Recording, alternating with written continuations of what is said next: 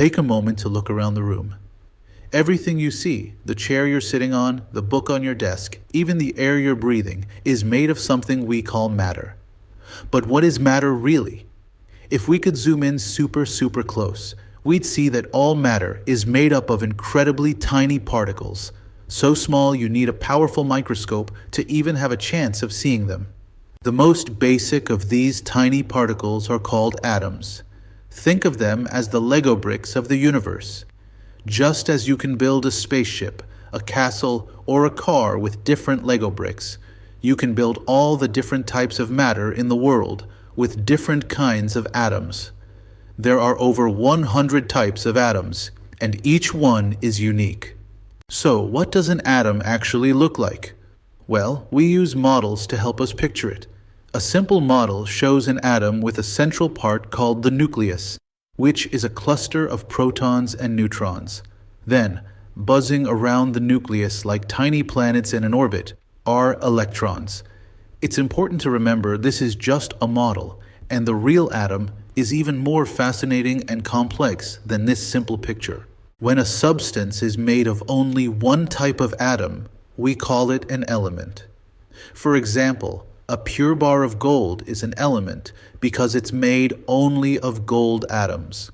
The oxygen you breathe is also an element. Every element has its own set of unique properties, which is why a bar of gold is so different from the air we breathe. To help us organize all the different elements, scientists created something called the periodic table. It's a huge chart that organizes all the known elements in a special way. It's like a special alphabet for all of matter. Each letter represents a different type of atom. When you look at it, you can see all the building blocks of the universe laid out for you. Sometimes, atoms like to team up. When two or more atoms join together, they form a molecule.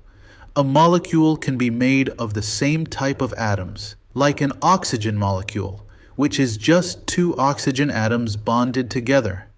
Or it can be made of different types of atoms, like a water molecule. Even though you can't see them, molecules are all over the place, forming everything from the air to the food we eat. A special type of molecule is a compound.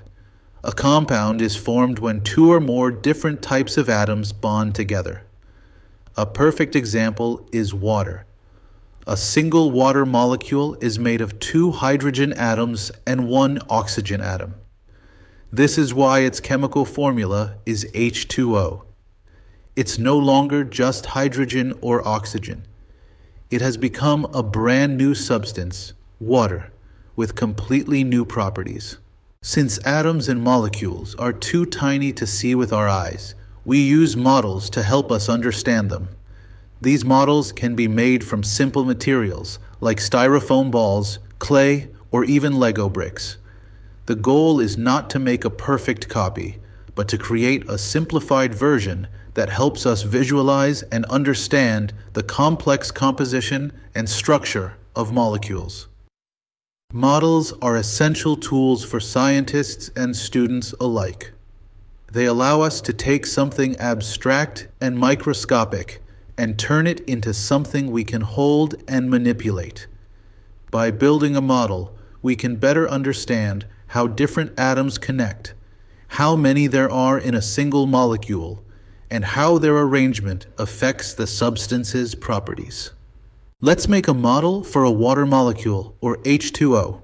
The formula tells us we need two hydrogen atoms and one oxygen atom.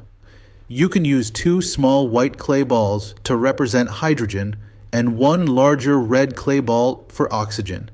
Then you can use small pieces of pipe cleaner or toothpicks to connect the hydrogen balls to the oxygen ball. Your model now represents the basic composition and structure of a water molecule. Now let's try an oxygen molecule, which has the formula O2. This one is a bit simpler. Since it's made of two oxygen atoms, you'll need two of the same red clay balls you used for the water model. Connect them with a single pipe cleaner. See the difference? Even though it's still made of oxygen, the fact that it's two atoms together makes it a molecule, the kind of oxygen we breathe. Here's one more to try. Carbon dioxide, or CO2. What do you think this one looks like? The formula tells us it has one carbon atom and two oxygen atoms. You can use one black clay ball for the carbon and two red clay balls for the oxygen. Arrange them in a straight line with the carbon atom in the middle. Your model now shows you the composition and linear structure of carbon dioxide. Now it's your turn to be the scientist. Get your materials ready and try building the models we just discussed. As you work, think about the different atoms you're using and how you're connecting them. The number and type of atoms are key, and your model will help you keep track of all the pieces. Look at the models you've built for water, H2O, and carbon dioxide, CO2. You can see that water has 3 atoms in a bent shape, while carbon dioxide has 3 atoms in a straight line. They have different numbers and types of atoms. This is why they are completely different substances with very different properties. One is a liquid you drink, and the other is a gas you exhale. The materials we use in our models are important. We can use different colors for different elements. For example, red for oxygen, black for carbon, and white for hydrogen. We can also use different sizes of balls to represent the relative size of the atoms. The sticks or pipe cleaners are also crucial, as they represent the bonds that hold the atoms together. These features help our models tell a story about the molecules they represent. The models we build do 2 important things. First, they show us the composition of a molecule, meaning what types of atoms it's made of and how many of each. Second, they show us the structure of a molecule, meaning how the atoms are arranged in space. This arrangement is a big deal because a molecule's shape and structure are what give it its specific properties. Think about it. Our models for water and carbon dioxide are very different. Water molecules are a liquid at room temperature and are essential for life. Carbon dioxide molecules are a gas that you can't see or smell and is a byproduct of respiration. These drastically different properties are a direct result of their unique atomic composition and structure. It's important to remember that our models are just that, models. They are not perfect representations of what molecules truly look like. For example, atoms are mostly empty space, but our models are solid balls.